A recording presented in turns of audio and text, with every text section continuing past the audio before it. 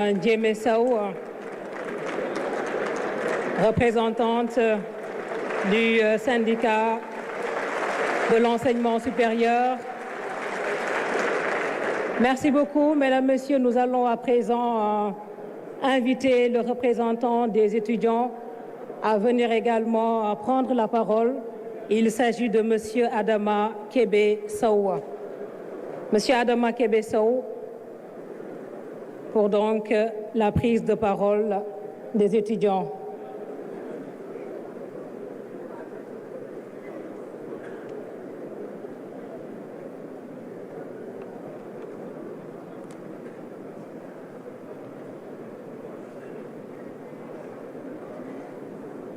Et je vais rappeler également que vous avez 5 minutes, monsieur Sow. Et si vous me voyez à côté de vous, c'est qu'il vous reste 20 secondes.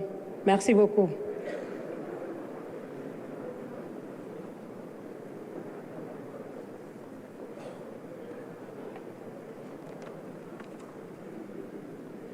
Monsieur le Premier ministre, Mesdames, Messieurs les membres du gouvernement, Mesdames, Messieurs les honorables députés, distingués représentants du patronat, distingués représentants des syndicats, bonjour.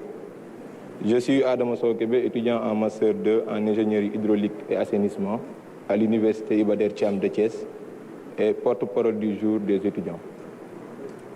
Permettez-moi tout d'abord de saluer cette rencontre qui témoigne d'une volonté d'écoute et de dialogue.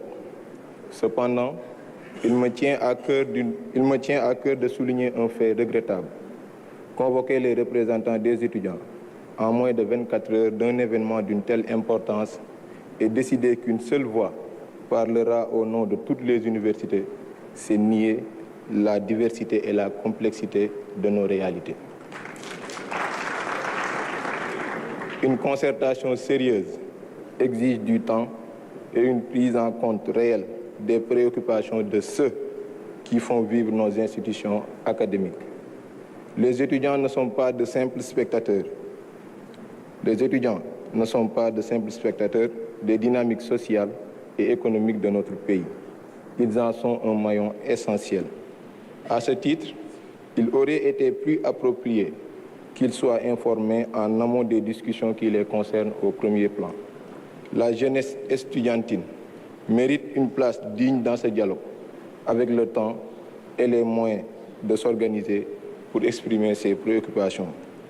Nous le savons tous, en temps de crise, des concessions peuvent être nécessaires, mais encore faut-il qu'elles s'appuient sur un minimum de conditions acceptables. Or, dans nos universités, aujourd'hui, ce minimum n'existe plus. Des étudiants sans logement, des pavillons saturés, des conditions d'études de plus en plus précaires. Mais encore, il conviendrait de demander ou de poser une question importante. Comment demander des sacrifices supplémentaires à une jeunesse déjà à bout? C'est pourquoi il est impératif d'organiser dans les meilleurs délais une rencontre dédiée aux représentants des étudiants. Nous devons avoir l'espace et le temps nécessaires pour exprimer ou exposer nos préoccupations et proposer des solutions adaptées à nos réalités. Sans un dialogue sincère, structuré, il sera difficile d'avancer. Monsieur le Premier ministre, nous ne demandons pas l'impossible, seulement un effort à la hauteur des défis. Car un Sénégal prospère et juste ne peut se bâtir sans une jeunesse éduquée et soutenue. Monsieur le Premier ministre, nous vous souhaitons une mission empreinte de clairvoyance et de succès dans l'intérêt de tous. Monsieur le Premier ministre, veuillez transmettre nos vives salutations à son Excellence le Président de la République, M. Bassirou Diomaye Faye, et nos souhaits de succès dans la réalisation du projet pour un Sénégal juste, prospère et souverain dans une Afrique en progrès. Je vous remercie.